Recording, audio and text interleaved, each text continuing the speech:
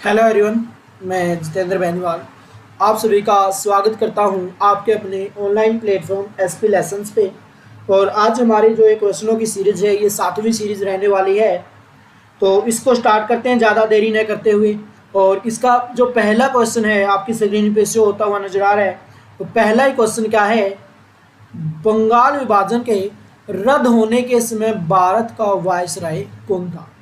तो जो बंगाल विभाजन था, जो इसको रद्द किया गया, रद्द कब किया जाता है, इसको रद्द किया जाता है जी 1911 के अंदर। कब रद्द किया गया? 1911 के अंदर। और जो इसका वाइस राय था इस टाइम पे, लॉर्ड होर्डिंग्स इसका क्या था, वाइस राय था। और 1911 के अंदर दिल्ली में क्या लगता है, भव्य दरबार लगता है। क्या लगता है? दिल्ली में भव्य दरबार लगता है, जिसमें सम्राट जॉर्ज पंचम और उसकी महारानी कौन थी, मैडम क्यूरी। ये दोनों क्या करते हैं, भाग लेते हैं। और ये क्या करते हैं, बंगाल विभाजन को रद्द करते हैं। और इंडिया की जो नई राजधानी होगी अब वो बनेगी दिल्ली। ये घोषणा होती है किसके अंदर, भव्य दरबार के अंदर। भव्य दरबार पहले भी लग चुका है 1877 के अंदर, लेकिन 1911 का जो भव्य दरबार लगा है, इसमें पहली बार ब्रिटेन के सम्राट और रानी ने क्या लिया था, भाग लिया था। उसके बाद आगे बढ़ते हैं, नेक्स्ट क्वेश्चन देखते हैं कौन सा है। असहयोग आंदोलन के पहले दिन प्रातः किस महान भारतीय नेता का निधन हुआ था। तो ये हुआ था जी बाल गंगाधर तिलक का।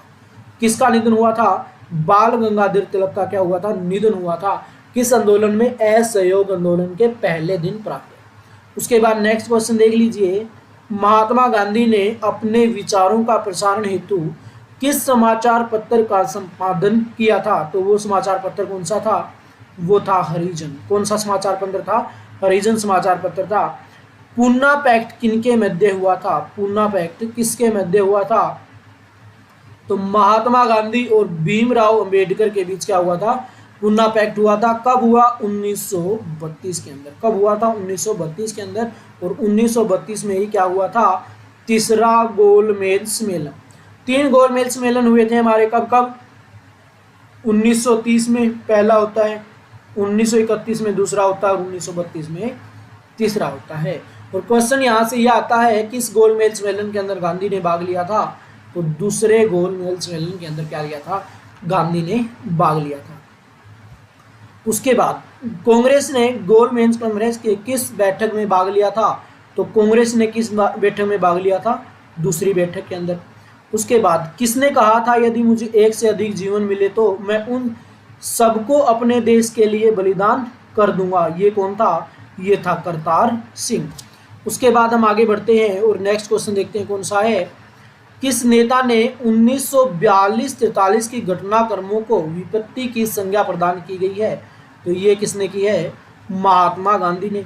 और महात्मा गांधी की अगर बात की जाए, 1942 में एक आंदोलन शुरू किया था। कौन सा था? भारत छोड़ो आंदोलन। कौन सा आंदोलन था? भारत छोड़ो आंदोलन। और इसी में महात्मा गांधी ने एक नारा दिया था, करो या मरो का। देखिए प्यारे बच्चों, कौन सा है, रानी गुडिली का संबंध किस विद्रोह से था। तो ये था नागा विद्रोह से। और ये विद्रोह कब हुआ? ये विद्रोह हुआ था 1932 के अंदर। उसके बाद नेक्स्ट क्वेश्चन आता है, स्वदेशी आंदोलन के अंतर्गत राष्ट्रवादियों द्वारा राष्ट्रीय शिक्षा परिषद का गठन कब किया गया था। राष्ट्रीय शिक्षा परिषद का गठन कब किया गया? 1906 के अंदर किया गया। और 1906 में ही क्या हुआ था, मुस्लिम लीग का गठन किया गया था। ठीक है। उसके बाद नेक्स्ट क्वेश्चन देख लीजिए कौन सा है। पहला ही प्रश्न की तरफ ध्यान दे लीजिए। वैदिक काल में, कौन सा, वैदिक काल में पणि नाम से जाने गए समुदाय का मुख्य व्यवसाय क्या था।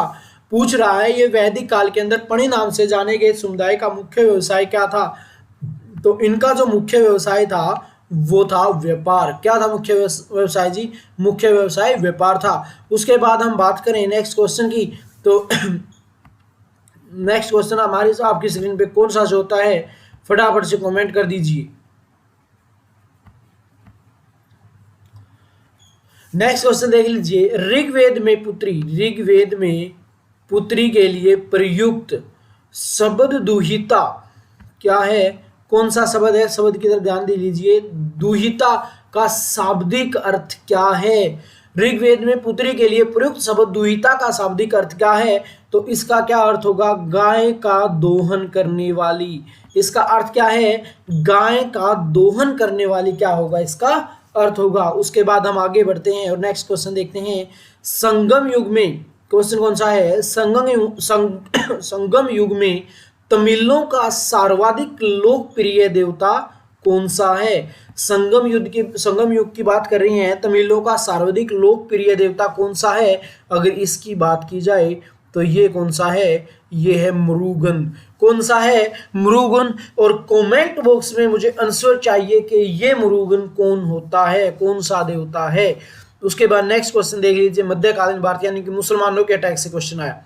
मोहम्मद बिन तुगलक ने किस धातु में सांकेतिक सिक्कों का प्रचलन किया था? यानी कि मोहम्मद बिन तुगलक ने किस धातु के सिक्के चलाए थे? तो कौन सी धातु के सिक्के चलाए थे जी? इसने चलाए थे कांस्य के। कौन से? कांस्य धातु के क्या चलाए थे इसने? सिक्के चलाए थे। उसके बाद हम आगे बढ़ते हैं और नेक्स्ट क्वेश्चन देखते हैं। गुजरात को जीतकर किसने उसे दिल्ली सल्तनत में शामिल किया था? गुजरात को जीतकर किसने उसे दिल्ली सल्तनत में शामिल किया था? तो बात की जाए किसने किया था जी? अलाउद्दीन खिलजी ने। अलाउद्दीन खिलजी ने 1296 के अंदर क्या किया था? गुजरात पे अटैक किया था। और गुजरात का शासक कौन था? कर्णदेव था। गुजरात का शासक कौन था? कर्णदेव था। जो कर्णदेव अपनी पुत्री देवल देवी को साथ लेकर कहां पे चला जाता है? देवगिरी में जाकर रामचंद्र के यहाँ पे क्या कर लेता है? ये शरण ले लेता है। कौन?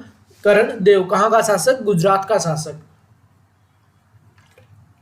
उसके बाद बात की जाए जो अलाउद्दीन खिलजी है, अगर इसकी बात की जाए तो अलाउद्दीन खिलजी ने गुजरात पे अभियान कब चलाया? 1296 के अंदर अभियान चलाया था। यहाँ का शासक कौन? कर्णदेव। कर्णदेव की धर्मपत्नी कौन? कमला देवी। कमला देवी से शादी कर लेता है कौन? अलाउद्दीन खिलजी। उसके बाद नेक्स्ट क्वेश्चन देखते हैं। अमीर खुसरो को किस गायन शैली के लिए, अमीर खुसरो को किस गायन शैली का जन्मदाता माना जाता है? अमीर खुसरो को किस गायन शैली का जन्मदाता माना जाता है? तो ये कौन सा है? ये है कव्वाली शैली का। कौन सी का जी? कव्वाली शैली का। कव्वालियां होती हैं जो उस शैली का। उसके बाद नेक्स्ट क्वेश्चन हम देखते हैं कौन सा है? कबीर की मृत्यु के पश्चात। कौन सा क्वेश्चन है? कबीर की मृत्यु के पश्चात उनकी समाधि कहाँ बनाई गई है? कबीर की मृत्यु के पश्चात उनकी समाधि कहाँ पर बनाई गई है? तो वो बनाई गई थी जी मगहर में। कहाँ पे बनाई गई है? मगहर में बनाई गई है। कमेंट बॉक्स में मुझे इसका आंसर चाहिए, मगहर कहाँ पे है। उसके बाद नेक्स्ट क्वेश्चन देख लीजिए। अकबरनामा के पर्याप्त लेखक अबुल फजल की हत्या किसने की थी? जो अकबरनामा लिखी गई थी किसके द्वारा? अबुल फजल के द्वारा लिखी गई थी। उसकी हत्या किसने की थी? वीर सिंह देव बुंदेला ने की थी। किसने की थी जी? वीर सिंह देव बुंदेला ने क्या की थी? इसकी हत्या की थी। अब बात कर लीजिए अकबर कौन था? तो अकबर हुमायूं का पुत्र था। और अकबर शासक कब बनता है? अकबर शासक बनता है जी 1556 के अंदर। और 1556 में एक युद्ध होता है। कौन सा युद्ध होता है? पानीपत का द्वितीय युद्ध। किस किस के बीच होता है? अकबर और हेमू के बीच। इस युद्ध के अंदर कौन पराजित हुआ? इस युद्ध के अंदर पराजित हुआ था जी हेमू विक्रमादित्य, जो 14वां विक्रमादित्य कहलाया था। हमारे इतिहास का आखिरी हिंदू प्रतापी शासक हुआ है कौन? हेमू। उसके बाद हम आगे बढ़ते हैं और नेक्स्ट क्वेश्चन देखते हैं कौन सा है?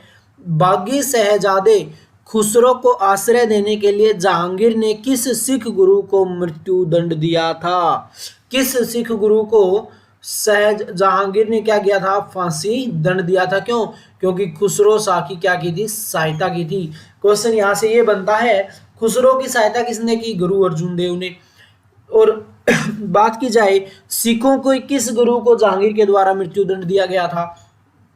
गुरु अर्जुन देव को क्या दिया गया था? मृत्यु दंड दिया गया था। उसके बाद हम आगे बढ़ते हैं। पांड्यों का उल्लेख सर्वप्रथम किस विदेशी यात्री ने किया था? पांड्यों का उल्लेख सर्वप्रथम किस विदेशी यात्री ने किया था? तो कौन सा था ये? ये था मार्को पोलो। कौन था जी? मार्को पोलो था जी। मार्को पोलो ने क्या किया था? सर्वप्रथम पांड्यों का उल्लेख किया था जी। उसके बाद नेक्स्ट क्वेश्चन देख लीजिए। व्यास नदी का प्राचीन नाम क्या था? बड़ा ही इंपॉर्टेंट क्वेश्चन है। व्यास नदी का प्राचीन नाम क्या था? तो बात की जाए व्यास नदी का प्राचीन नाम था विपाशा। क्या था जी? विपाशा क्या था? व्यास नदी का प्राचीन नाम था। उसके बाद हम आगे बढ़ते हैं और नेक्स्ट क्वेश्चन देखते हैं। 6ठी शताब्दी ईसा पूर्व में वत्स महाजनपद की राजधानी कहाँ थी? 6ठी शताब्दी के अंदर वत्स महाजनपद, इस टाइम पे 16 महाजनपद थे। सबसे पावरफुल कौन सा था? मगध था। मगध की राजधानी क्या थी? पाटलिपुत्र थी। गरीब राज थी, राजगृह थी। पूछा जा रहा है वत्स की राजधानी कौन सी थी? तो वत्स की राजधानी थी जी कौशाम्बी। कौन सी राजधानी थी? कौशाम्बी क्या थी? इसकी राजधानी थी। उसके बाद हम आगे बढ़ते हैं और नेक्स्ट क्वेश्चन देखते हैं। पाटलिपुत्र नामक नगर, पाटलिपुत्र नामक नगर की स्थापना किसने की थी? तो ये की थी उदयन ने। किसने की थी? उदयन ने क्या की थी? पाटलिपुत्र की स्थापना की थी। यहाँ पे टाइप करते हुए थोड़ा सा इसके अंदर एरर है, तो इसका क्या आएगा? उदयन आएगा जी। क्या आएगा? उदयन आएगा। उसके बाद हम नेक्स्ट क्वेश्चन देखें।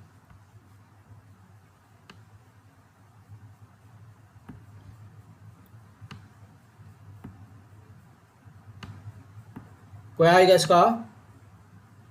उदयन आएगा जी। ठीक है, तो अब आगे बढ़ते हैं। मगध का प्रथम राजवंश कौन सा था? बड़ा ही इंपॉर्टेंट क्वेश्चन है। मगध का प्रथम राजवंश कौन था? तो मगध का प्रथम राजवंश कौन था? हर्यक वंश। कौन था? हर्यक वंश क्या था? मगध का प्रथम राजवंश था। उसके बाद हम आगे बढ़े। बुद्ध द्वारा गो हत्या को बौद्ध मातोलंबी क्या कहते थे? बौद्ध मातोलंबी क्या कहते थे? बौद्ध द्वारा गो हत्या को मातोलंबी क्या कहते थे? महाविनिष्क्रमण। क्या कहते थे? महाविनिष्क्रमण।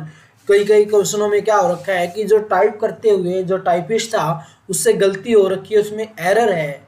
तो ठीक है, इन चीज़ों की तरफ थोड़ी सी जो एरर है, जो नाम स्पेलिंग्स मिस्टेक है, उनकी तरफ थोड़ा सा ध्यान दे लीजिए, क्योंकि यहाँ पे भी हमारा जो टारगेट है उसको पूरा करना। हो सकता है कोई वर्ड यहाँ से स्किप हो जाए, हमारे माइंड से ठीक करवाना ध्यान ना रहे, तो उसको अपने आप भी क्या कर लेना? ठीक कर लेना। और इस सेशन को कम से कम 2 बार देखना और कोशिश करना जो क्वेश्चन आपको यहाँ पे नए नए क्वेश्चन मिल रहे हैं उन क्वेश्चनों को साथ के साथ क्या करना है? राइट डाउन करता है। सारे के सारे क्वेश्चनों को तो हमें राइट डाउन नहीं करना है, लेकिन जो क्वेश्चन आपको लगता है कि हाँ ये क्वेश्चन मेरे लिए नया है, तो उन क्वेश्चनों को क्या करना है? राइट डाउन करना है। उसके बाद बात की जाए, सल्तनत काल में अशोक के प्रधान को क्या कहा जाता था? सल्तनत काल में अशोक के प्रधान को क्या कहा जाता था? तो उसको कहा जाता था अमीरे आखू। और बात की जाए सल्तनत काल की, सल्तनत की स्थापना किसने की? कुतुबुद्दीन ऐबक ने की। कब की? 1206 के अंदर की। कुतुबुद्दीन ऐबक ने कब तक शासन किया? कुतुबुद्दीन ऐबक ने 1206 से लेकर 1210 तक क्या किया था? शासन किया था। उसके बाद बात की जाए, कुतुबुद्दीन ऐबक ने कुतुब मीनार का निर्माण करवाया। कुतुबुद्दीन ऐबक ने 2.5 दिन का झोपड़ा बनवाया। कुतुबुद्दीन ऐबक ने कुवैत उल इस्लाम मस्जिद का क्या करवाया था? निर्माण करवाया था। तो फटाफट से क्वेश्चनों पे ध्यान दे लीजिए। जो एक्स्ट्रा हम फैक्ट बता रहे हैं उनको कॉपी पेन उठा लीजिए और नोट करते चलिए, क्योंकि ये एग्जाम में बहुत बार बार क्वेश्चन पूछे गए हैं, इसलिए मैं इन क्वेश्चनों को रिपीट करने की कोशिश कर रहा हूँ। उसके बाद नेक्स्ट क्वेश्चन देख लीजिए। खालसा पंथ की स्थापना तथा एक धर्माचार पाहुल को किस सिख गुरु ने चलाया था? धर्माचार पहल को किस सिख गुरु ने चलाया था? गुरु गोविंद सिंह ने। खालसा पंथ की स्थापना किसने की? इंपॉर्टेंट क्वेश्चन आता है, खालसा पंथ की स्थापना की किसने की है? गुरु गोविंद सिंह ने की है। उसके बाद विशिष्ट दयाता के प्रवर्तक कौन थे? रामानुजनाचार्य। कौन थे? रामानुजनाचार्य थे। उसके बाद नेक्स्ट क्वेश्चन देख लीजिए। खानवा का युद्ध, बड़ा ही इंपॉर्टेंट युद्ध है। खानवा का युद्ध कब हुआ? तो खानवा का युद्ध हुआ जी 1587 के अंदर। किस किस के बीच हुआ था? राणा सांगा और इब्राहिम लोदी के बीच क्या हुआ था? खानवा का युद्ध हुआ था। खानवा के युद्ध से पहले फरवरी 1927 के अंदर बयाना का युद्ध हुआ और मार्च 1527 के अंदर क्या हुआ था? खानवा का युद्ध यहाँ पे हुआ था। तो एक बार फटाफट से जो जो वीडियो को देख रहा है इसको लाइक और शेयर कर दीजिए।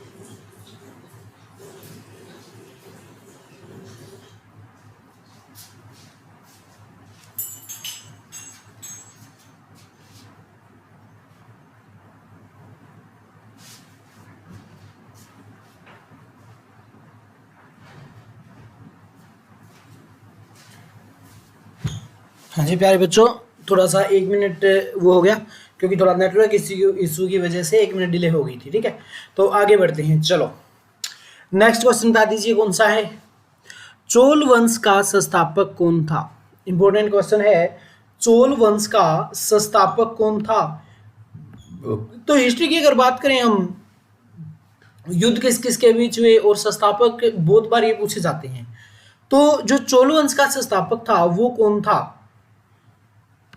क्या था उसका संस्थापक? विजाल्य था। कौन, नाम क्या था? विजाल्य था। आगरा के लाल किले में मोती मस्जिद किस मुगल शासक ने बनवाई थी? आगरा के लाल किले में मोती मस्जिद किस मुगल शासक ने बनवाई थी? तो इसका आंसर क्या रहेगा? इसका आंसर रहेगा शाहजहां। उसके बाद नेक्स्ट क्वेश्चन देख लेते हैं। पुष्यमित्र मित्र सुंग ने अश्वमेध यज्ञ के लिए यह जानकारी किस ग्रंथ से प्राप्त होती है? पुष्यमित्र मित्र सुंग ने अश्वमेध यज्ञ करवाया था जी। यह जानकारी हमें किस ग्रंथ से प्राप्त होती है? यह जानकारी हमें महाभाष्य से प्राप्त होती है। कहाँ से प्राप्त होती है जी? महाभाष्य से प्राप्त होती है। उसके बाद नेक्स्ट क्वेश्चन देख लीजिए। ऐतरेय ब्राह्मण किस वेद का है? ऐतरेय ब्राह्मण किस वेद का है? तो ये है ऋग्वेद का।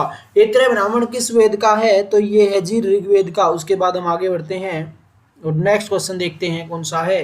हिस्टोरिका नामक ग्रंथ, हिस्टोरिका नामक ग्रंथ की अगर बात की जाए, कौन सा है? हिस्टोरिका नामक ग्रंथ के लेखक कौन थे? तो फटाफट से कमेंट कर दीजिए कि हिस्टोरिया नामक ग्रंथ के लेखक कौन थे? तो ये थे हेरोडोटस। कौन थे? हेरोडोटस थे। हेरोडोटस ने क्या क्या हेरोडोटस थे जो उसने, किसने, वो कौन सी बुक लिखी थी? हिस्टोरिका बुक लिखी थी। और इसको पहली बार इस बुक में इतिहास को क्रमबद्ध तरीके से करने की कोशिश की थी, इसलिए हेरोडोटस को क्या कहा जाता है? इतिहास का पिता कहा जाता है। उसके बाद नेक्स्ट क्वेश्चन देख लीजिए। उत्तर रामचरित्रम के लेखक कौन है? ये हैं बहुभूति जी। उसके बाद नेक्स्ट क्वेश्चन देख लीजिए। महमूद के साथ भारत आए किस विद्वान ने भारतीय समाज पर किताबुल हिंद, कौन सी है ये बुक? कौन सी है? किताब उल हिंद बुक है। इसमें किताबुल हिंद लिखा हुआ है, लेकिन बुक कौन सी है? किताब उल हिंद बुक है। जो किसके द्वारा लिखी गई थी? ये लिखी गई थी अलबरूनी के द्वारा। तो अलबरूनी किसके साथ भारत आया था? अलबरूनी महमूद गजनवी के साथ भारत आता है। और यही अलबरूनी जाटों के बारे में लिखता है। जाटों के बारे में इसने क्या लिखा था कि जाट क्या हैं? चोर हैं, डाकू हैं, लुटेरे हैं। ये लिखा कब? जब महमूद गजनवी 1025 में सोमनाथ के मंदिर के लूटे हुए धन को ये ले जा रहा था, तो उस टाइम पे जाटों ने इस पे क्या कर दिया था? अटैक कर दिया था। और इस अलबरूनी ने लिखा जाटों के बारे में कि जाट क्या है? डाकू हैं, चोर हैं, लुटेरे हैं। उसके बाद हम आगे बढ़ते हैं और नेक्स्ट क्वेश्चन देख लेते हैं। खरमेर राजा ने किस भारतीय राजा से मित्रता की थी? तो किसकी बात करें हम यहाँ पे? कौन आएगा? राजेंद्र प्रथम आएगा। उसके बाद नेक्स्ट क्वेश्चन देख लीजिए, बड़ा ही इंपॉर्टेंट ये क्वेश्चन है। हक ए सर्ब क्या है? हक ए सर्ब, हर्ब ए सर्ब भी होता है ये। हक ए सर्ब की अगर बात की जाए ये कौन सा कर है, तो हक ए सर्ब कर कौन सा है, ये कर है जी सिंचाई का। कौन सा कर है, सिंचाई का ये कर है कौन सा, हक ए सर्ब। और हक ए सर्ब लगाने वाला, लागू करने वाला शासक कौन था, ये था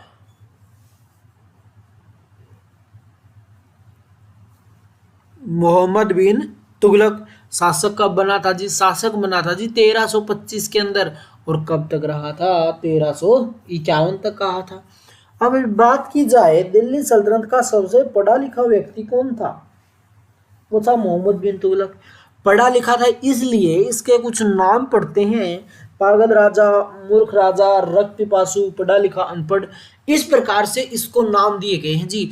ये नाम क्यों दिए गए हैं, क्योंकि इसने अपने शासनकाल में 5 गलतियां की थी। सोचा कुछ अच्छा करने के लिए था, लेकिन हुआ क्या, सारा उल्टा हुआ था, सारा गलत हुआ था। इसलिए इसको पागल राजा, संकी राजा, पढ़ा लिखा, अनपढ़, रक्त पिपासु जैसे क्या दी गई थी, उपाधियां दी गई थी। तो हक के सर्ब की अगर बात करें, सिंचाई कर, सॉरी हमने मोहम्मद बिन तुगलक के बारे में यहाँ बता दिया। हक के सर्ब शुरू करने वाला कौन था, फिरोज शाह तुगलक था। फिरोज शाह तुगलक ने क्या किया था, ब्राह्मणों पर क्या किया था, ब्राह्मणों पर जजिया कर लगाया था। और फिरोज शाह तुगलक ने नहरों का निर्माण करवाया था, इसलिए टैक्स लगाया था हक के सर्ब। फिरोज शाह तुगलक ने 24 प्रकार के कष्टदायक टैक्सों को हटाकर मात्र 5 प्रकार के टैक्स लगाए थे। वो कौन कौन से हैं, हक के सर्ब सिंचाई पर है, जकात मुसलमान देते हैं, जजिया गैर मुसलमान देते हैं, उसके बाद खुम्स और खैराज।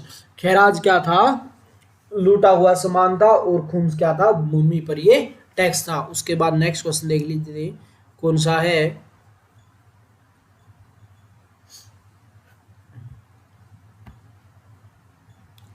नायब ए मामलिकत नामक पद का सृजन सल्तनत काल में किसने किया था। नायब ए मामलिकत का जो पद बनाया गया था, ये इस पे किसको बिठाया गया था, बलबन को बिठाया गया था। इसका सर्जन किसने किया था, मुईदुद्दीन बहराम शाह ने। किसने किया था, बहराम शाह ने किया था जी। मुईजुद्दीन बहराम शाह ने किया था। बहराम शाह की अगर बात की जाए 1240 के अंदर ये शासक बनता है, और कब तक रहता है, ये रहता है जी 1242 के अंदर। उसके बाद मुगल काल में लोक निर्माण विभाग, पब्लिक वर्क्स डिपार्टमेंट को क्या कहा जाता था। लोक निर्माण विभाग में पब्लिक वर्क्स डिपार्टमेंट को क्या कहा जाता था, शोहरत ए आम कहा जाता था। क्या कहा जाता था जी, शोहरत ए आम कहा जाता था। उसके बाद नेक्स्ट क्वेश्चन देख लीजिए, बंगाल के किस नवाब ने अपनी राजधानी मुर्शिदाबाद से परिवर्तन करके मुंगेर कर दी थी। किसकी बात कर रहे हैं हम, बंगाल के किस नवाब ने अपनी राजधानी मुर्शिदाबाद से परिवर्तन करके मुंगेर कर दी थी, वो कौन था, वो था मीर कासिम। मीर कासिम शासक कब बना, सॉरी बंगाल का नवाब कब बना, 1760 के अंदर बना। और कब तक रहता है, 1763 तक ये रहता है। उसके बाद बात की जाए मुर्शिदाबाद, यहाँ पे जो वर्ड यूज हुआ है, मुर्शिदाबाद क्या थी, बंगाल की राजधानी थी। लेकिन मुर्शिदाबाद से पहले बंगाल की राजधानी क्या थी, ढाका थी। जो ढाका आज वर्तमान में किसकी राजधानी है, ढाका वर्तमान में राजधानी है जी किसकी, बांग्लादेश की। बांग्लादेश हमसे अलग कब हुआ, बांग्लादेश हमसे अलग हुआ था जी 1971 के अंदर अलग हुआ था। उसके बाद बात की जाए जो मुर्शिदाबाद की स्थापना करने वाला शासक था, वो था मुर्शिद कुली खां। मुर्शिद कुली खां की अगर बात की जाए तो औरंगजेब के समय में 1700 ईस्वी के अंदर मुर्शिद कुली खां को सूबेदार बनाया गया था जी, कहाँ का, बंगाल का। और 1707 के अंदर औरंगजेब की क्या हो जाती है जी, औरंगजेब की हो जाती है मृत्यु। और जैसे ही उसकी मृत्यु होती है, अब आगे आने वाले शासक क्या होंगे जी, अयोग्य होंगे। और इसी बात का फायदा किसने उठाया, मुर्शिद कुली खां ने। और उसने एक नगर बसाया मुर्शिदाबाद, और उसको अपनी राजधानी बनाया। और उसके बाद ये अपने आप को क्या किया, बंगाल का स्वतंत्रता नवाब घोषित कर दिया, किसने, मुर्शिद कुली खां ने। उसके बाद हम आगे बढ़ते हैं और नेक्स्ट क्वेश्चन देखते हैं। किस अभिलेख से पुष्टि हुई है कि पुष्यमित्र शुंग ने अश्वमेध यज्ञ किया था? किस अभिलेख से पुष्टि होती है? वहां पे महाव्यास से था, तो यहाँ पे अयोध्या अभिलेख। ठीक है, ज्यादा इसमें कंफ्यूजाई होने की जरूरत नहीं है जी। ठीक है, ये अलग अलग बुकों में अलग अलग मिल जाएगा, कहाँ पे महावेश से मिल जाएगा, कहाँ पे अयोध्या मिल जाएगा। उसके बाद गिरनार में सुदर्शन झील का निर्माण किस शासक के द्वारा करवाया गया था? गिरनार में सुदर्शन झील का निर्माण किस शासक के द्वारा करवाया गया था? वो करवाया गया था जी चंद्रगुप्त मौर्य के द्वारा। किसके द्वारा करवाया गया था? चंद्रगुप्त मौर्य के द्वारा करवाया गया था। चंद्रगुप्त मौर्य कौन था जी? मौर्य वंश का ये संस्थापक था। कौन था? मौर्य वंश का क्या था? ये संस्थापक था जी। उसके बाद फिर हम आगे बढ़े और नेक्स्ट क्वेश्चन देखें। मेगास्थनीज की पुस्तक इंडिका के अनुसार मौर्य समाज कितने वर्गों में बटा था? मेगास्थनीज की पुस्तक इंडिका के अनुसार मौर्य समाज कितने वर्गों में बटा था? तो ये बटा था जी 7 वर्गों में। कितने वर्गों में? 7। दार्शनिक, कृषक, सैनिक, किस किस की बात करें हम?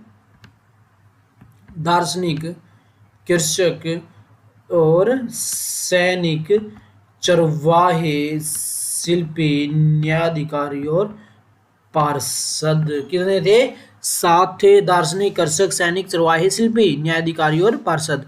उसके बाद नेक्स्ट क्वेश्चन देख लीजिए कौन सा है।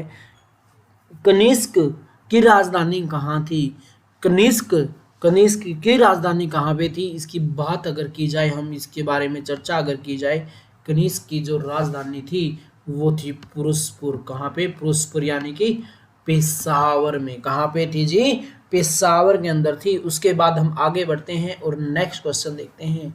नरसिंह वर्मन द्वितीय ने जिसकी उपाधि राज सिंह की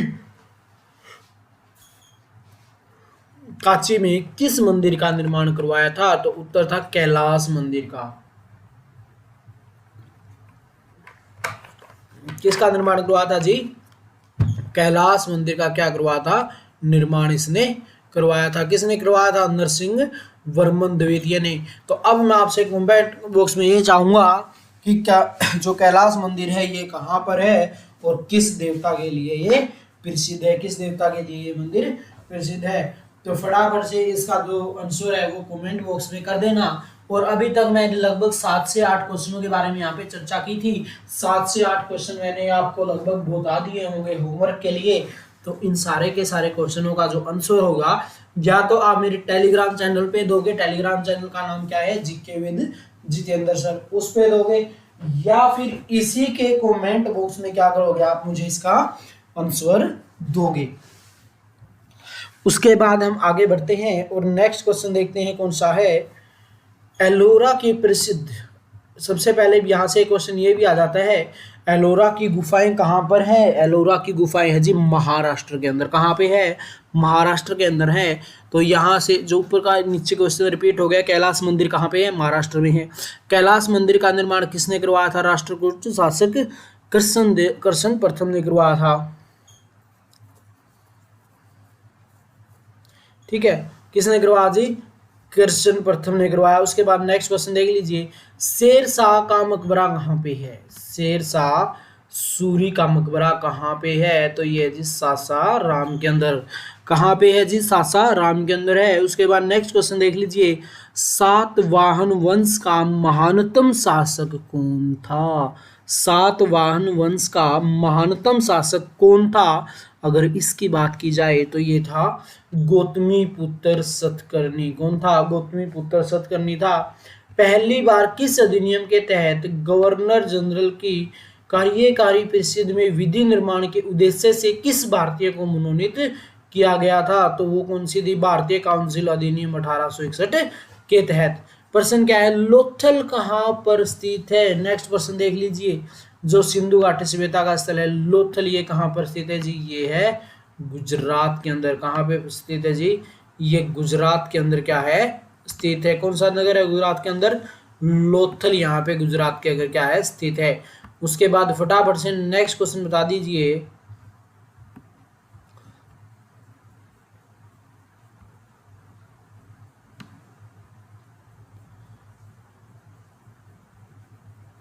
नेक्स्ट क्वेश्चन बता दीजिए कौन सा है। प्रसिद्ध फारसी त्योहार नौरोज किस शासक ने प्रारंभ किया था। बड़ा ही इंपॉर्टेंट क्वेश्चन है। फारसी त्योहार नौरोज उत्सव किस शासक ने प्रारंभ किया था, किस शासक ने प्रारंभ किया था। अगर इसकी बात की जाए तो ये प्रारंभ करने वाला कौन है, बलबन है। बलबन दिल्ली सल्तनत का शासक बनता है 66 में, 1266 में, और कब तक रहता है, 1287 तक। नौरोज उत्सव शुरू करने वाला ये शासक है। बात की जाए नौरोज उत्सव की, नौरोज उत्सव को बंद करने वाला शासक कौन था। नौरोज उत्सव को बंद करने वाला शासक था मुगल बादशाह औरंगजेब। कौन था, मुगल बादशाह औरंगजेब था, जो 1658 में शासक बना था और कब तक रहा, 1707 तक ये शासक रहा था। उसके बाद हम आगे बढ़ते हैं और नेक्स्ट क्वेश्चन देखते हैं। किस गवर्नर जनरल के काल में, किस गवर्नर जनरल के काल में अंग्रेजी उच्च शिक्षा का माध्यम तथा सरकारी कामकाज की भाषा के रूप में स्वीकार की गई थी। विलियम बेंटिक के काल में, विलियम बेंटिक के काल में, लॉर्ड विलियम बेंटिक के काल में एक कार्य और हुआ था 1829 के अंदर। राजा राम मोहन राय की सहायता से सती प्रथा का अंत किया गया था लॉर्ड विलियम बेंटिक के द्वारा 1829 के अंदर। उसके बाद हम आगे बढ़ते हैं और नेक्स्ट क्वेश्चन देखते हैं।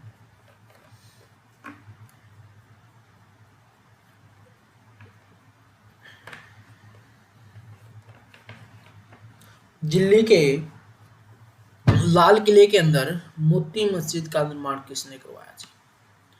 दिल्ली के लाल किले के अंदर मोती मस्जिद का निर्माण किसने करवाया था। तो फटाफट से बता दीजिए जी, किसने करवाया था। ये करवाया था जी औरंगजेब ने। किसने करवाया था, दिल्ली के लाल किले के अंदर मोती मस्जिद का निर्माण किसने करवाया था, औरंगजेब ने करवाया था। उसके बाद नेक्स्ट क्वेश्चन देख लीजिए। सांची का स्तूप किस वंश के काल में बनाया गया था, मौर्य वंश के काल में। उसके बाद नेक्स्ट क्वेश्चन देख लीजिए। किस राजवंश ने हत्या कर सत्ता हत्याई जिसकी अंत भी हत्या के द्वारा ही हुआ था, वो था सुंग वंश। कौन सा था वंश था जी, सुंग वंश ये था। उसके बाद नेक्स्ट क्वेश्चन देख लीजिए। हाथी गुफा अभिलेख किसकी उपलब्धियों का वर्णन है, खारवेल की। राजा खारवेल जिसके साथ अशोक ने क्या किया था, कलिंग युद्ध किया था 261 बीसी में। कब किया था जी, 261 बीसी के अंदर, 261 ईसा पूर्व के अंदर एक युद्ध होता है जिसे हम कलिंग युद्ध के नाम से जानते हैं। अशोक और राजा खारवेल के बीच ये युद्ध हुआ था। उसके बाद नेक्स्ट क्वेश्चन देख लीजिए। सिराजुद्दौला के साथ अंग्रेजों ने कौन सी संधि की थी, अलीनगर की संधि की थी जी, जिसे इलाहाबाद की संधि भी कहा जाता है। नरेंद्र मंडल की स्थापना का सुझाव किसमें था, चेम्सफोर्ड सुधारों में था जी। किसमें था, चेम्सफोर्ड सुधारों में था।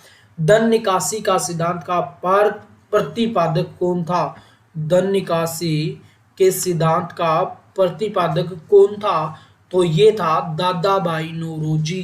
कौन थे जी, दादा भाई नौरोजी क्या थे, धन प्रतिपादक के सिद्धांत देने वाले थे। सल्तनत काल में किले की सेना के लिए खर्च के लिए निर्धारित भूमि को क्या कहा जाता था, मफरूज। क्या कहा जाता था, मफरूज कहा जाता था। और बात की जाए एक इक्ता प्रथा भी इस काल में, सल्तनत में काल में क्या दी जाती थी, सैनिकों को दी जाती थी, एक भूमि दी जाती थी वेतन के बदले। फिर अलाउद्दीन खिलजी शासक बना तो उसने क्या किया, भूमि के बदले नगद वेतन इनको देना स्टार्ट कर दिया था।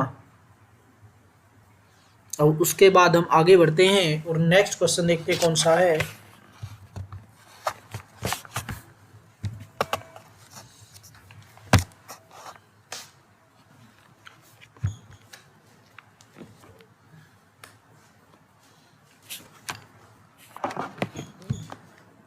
उसके बाद नेक्स्ट क्वेश्चन देख लीजिए कौन सा है। सल्तनत कालीन प्रांत की सेना क्या कहलाती थी, सल्तनत काल प्रांत की सेना क्या कहलाती थी, ये कहलाती थी हस्मे अतराफ क्या कहलाती थी?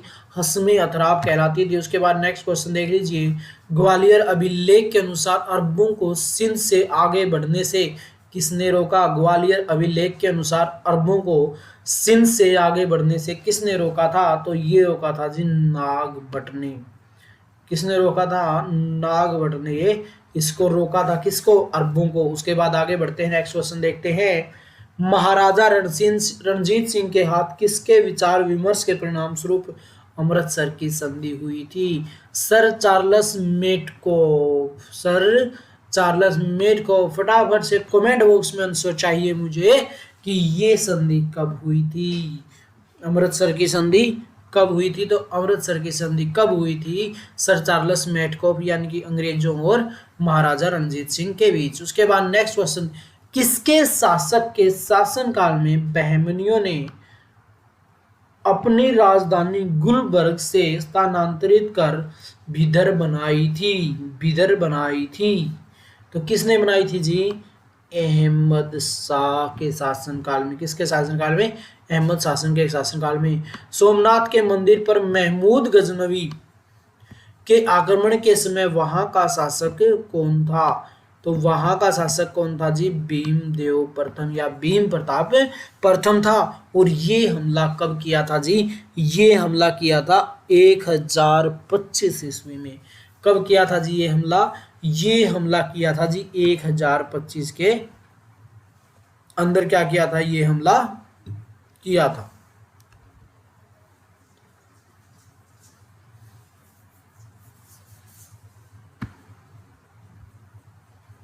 उसके बाद नेक्स्ट क्वेश्चन की अगर बात की जाए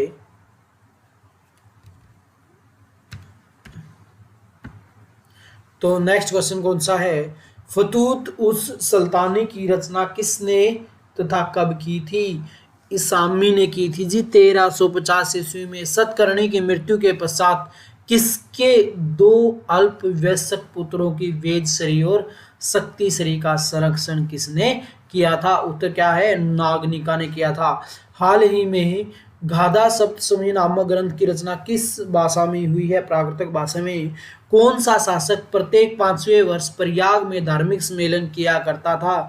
हर्षवर्धन। कौन सा शासक प्रत्येक 5वें वर्ष प्रयाग में धार्मिक सम्मेलन किया जाता था? वो कौन था? तो वो था हर्षवर्धन। उसके बाद नेक्स्ट क्वेश्चन देख लीजिए। भुवनेश्वर तथा पुरी के मंदिर किस शैली में निर्मित हैं? उत्तर क्या रहेगा? नागर शैली में। क्या रहेगा? नागर शैली में। उसके बाद नेक्स्ट क्वेश्चन देख लीजिए। संगम युगीन ग्रंथ तोलकप्पियम किस विषय से संबंधित है? उत्तर क्या रहेगा? व्याकरण और काव्य से। क्या रहेगा? व्याकरण और काव्य से। उसके बाद सोनगिरी के ऐतिहासिक दिगंबर जैन तीर्थ स्थल किस राज्य में है? मध्य प्रदेश में।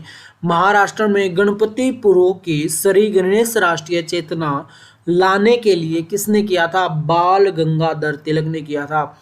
सरोकर किस पर लगाया जाता है? ये लगाया जाता है सिंचाई पर। कौन सा कर है ये? हक ए सरब है जी, जिसको क्या लिखा गया है? सरोकर लिखा गया है।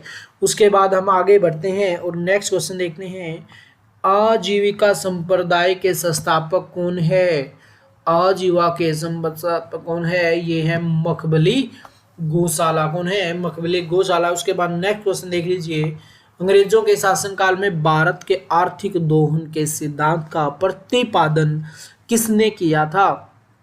तो ये किसने किया था जी? ये किया था दादाबाई नौरोजी ने। किसने किया था? दादाबाई नौरोजी ने। और poverty and un-British rule in India नामक पुस्तक लिखी थी जी। कौन सी बुक लिखी थी?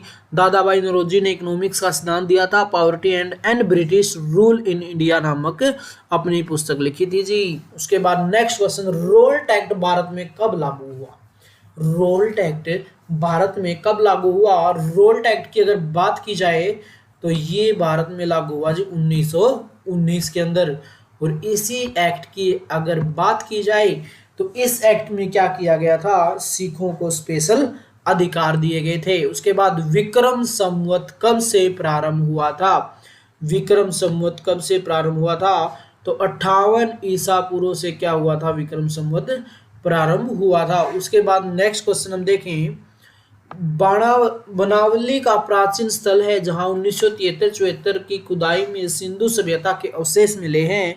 यह स्थल भारत के किस राज्य में स्थित है?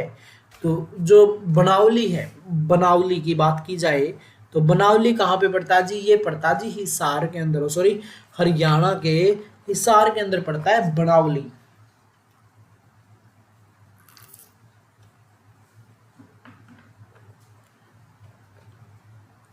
सिंधु सभ्यता में खोपड़ी के शल्य चिकित्सालय की सुनिश्चित साक्ष्य कहाँ से प्राप्त हुए हैं?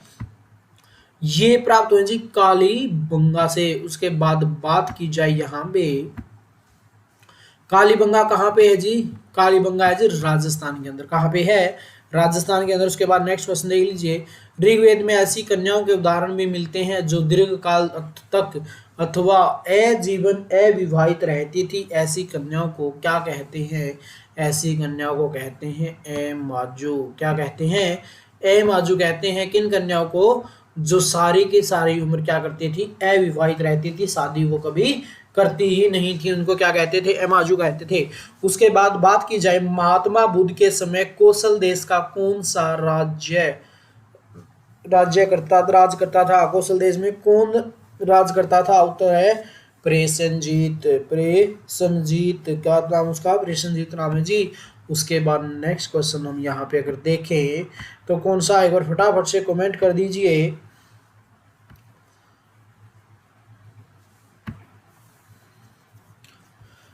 किस शासक ने वैशाली का परित्याग करके पाटलिपुत्र को मगध राज्य की राजधानी बनाया था? तो किसने किया था जी? काला शोक ने। उसके बाद नेक्स्ट क्वेश्चन की अगर बात की जाए, नेक्स्ट क्वेश्चन कौन सा है?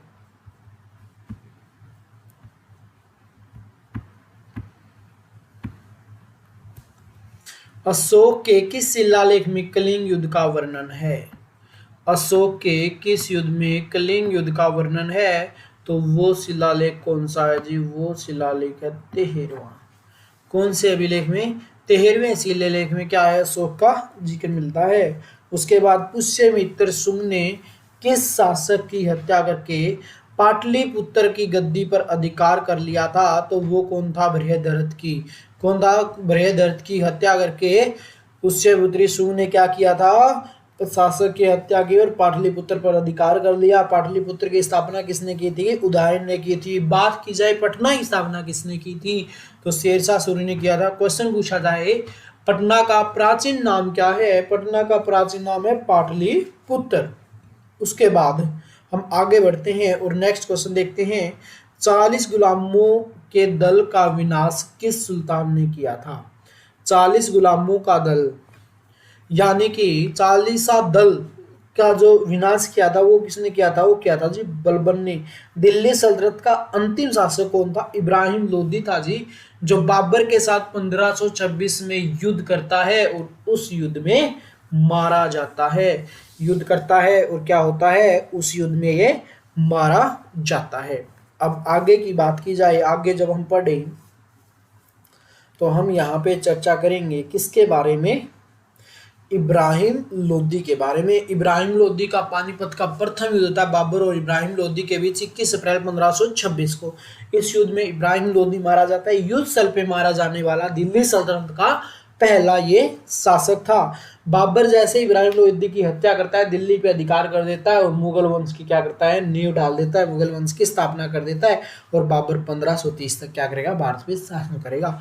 उसके बाद मुगल वंश कब तक चलता है? 1857 तक। तो मुगल वंश का टाइम पीरियड अगर पूछा जाए तो 1526 से 1857 का चलता है, मुगल वंश का टाइम पीरियड है।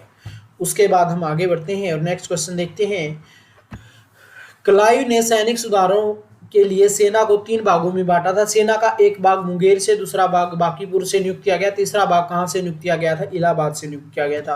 प्रसिद्ध बीबी का मकबरा किसकी यादगार में बनवाया गया था? औरंगजेब ने अपनी बीबी बेगम रबिया दुरानी की याद में औरंगाबाद में बनवाया था, जिसे दूसरा ताजमहल भी कहा जाता है। और क्वेश्चन पूछा जाता है औरंगजेब का मकबरा कहाँ पे है? ये भी कहाँ पे पड़ता है? ये भी पड़ता है औरंगाबाद में। कहाँ पे? औरंगाबाद, दक्षिण भारत के अंदर। बात की जाए औरंगजेब का कब्रिस्तान किसे कहा जाता है? तो औरंगजेब का कब्रिस्तान क्या जाता है जी? दक्षिण भारत को। किसको कहा जाता है? दक्षिण भारत को कहा जाता है। तो उसके बाद नेक्स्ट क्वेश्चन देख लीजिए, प्रसिद्ध चित्रबाज का चित्रकार कौन था? उस्ताद मंसूर अली। कौन था? उस्ताद मंसूर अली था।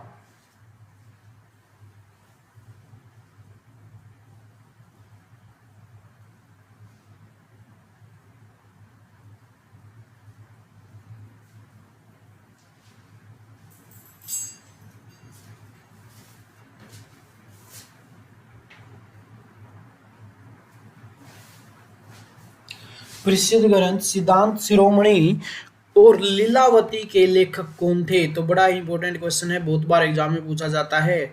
लीलावती शिरोमणि सिद्धांत के लेखक कौन थे? भास्कराचार्य थे जी, भास्कराचार्य थे। थोड़ा सा नेट की वजह से बीच बीच में आवाज चली जाती है, तो थोड़ा सा एडजस्ट कर लीजिए। शिशुपाल वध किसकी कृति थी? शिशुपाल वध किसकी कृति थी? ये कृति थी जी माघ की। किसकी कृति थी? माघ की ये कृति थी। उसके बाद सियादवाद का अर्थ है शायद है अभी और नहीं भी। शायद है भी और नहीं भी। शायदवाद का अर्थ क्या है? शायद है भी और नहीं भी। अकबर का शिक्षक कौन था? महिर अब्दुल लतीफ था जी। महिर अब्दुल लतीफ, अब्दुल रहीम। एक आता है अबुल फजल, एक आता है अब्दुल रहीम। तो कौन थे अकबर के शिक्षक? अब्दुल रहीम थे। उसके बाद नेक्स्ट क्वेश्चन देख लीजिए, प्रसिद्ध कोहिनूर हीरा शाहजहां को किसने भेंट किया था? प्रसिद्ध कोहिनूर हीरा शाहजहां को किसने भेंट किया था? मीर जुमाला ने किया था। किसने? मीर जुमाला ने किया था। शाहजहां ने महाकवि राय की पद्धति किसको दी थी? पंडित जगन्नाथ को दी थी। किसको दी थी? पंडित जगन्नाथ को दी थी। अकबर के समय बनी पहली महत्वपूर्ण इमारत थी हुमायूं का मकबरा। अकबर के समय में बनी पहली महत्वपूर्ण इमारत कौन सी थी? हुमायूं का मकबरा। उसके बाद नेक्स्ट क्वेश्चन देख लीजिए, कौन सा मुगल शासक शहीद रेखदेव जिंदा पीर के नाम से जाना जाता है? औरंगजेब को जाना जाता है जी जिंदा पीर के नाम से। अंतिम मौर्य सम्राट कौन था? अंतिम मौर्य सम्राट था बृहदर्थ। कौन था? बृहदर्थ क्या था? अंतिम मौर्य सम्राट था। मौर्य सम्राटों की अगर बात की जाए तो बात करें हम यहाँ पे चंद्रगुप्त मौर्य क्या था? मौर्य वंश का संस्थापक था। 323 बीसी में स्थापना की। और मौर्य वंश कब तक चलता है? 185 बीसी तक। मौर्य वंश का पहला शासक चंद्रगुप्त मौर्य था, दूसरा था बिंदुसार और तीसरा था अशोक। आखिरी और प्रतापी शासक कौन होता है? अशोक होता है, जिसकी मृत्यु 1531 में हो जाती है। और मुगल मौर्य वंश का आखिरी शासक बृहदर्थ था, जिसकी मृत्यु 185 में हो जाती है। हर्ष की पराजय किसके हाथों हुई थी? हर्ष की पराजय किसके हाथों हुई थी? तो पुलकेशिन द्वितीय के हाथों हुई थी। किसके हाथों हुई थी? पुलकेशिन द्वितीय के हाथों हुई थी, नर्मदा नदी के किनारे।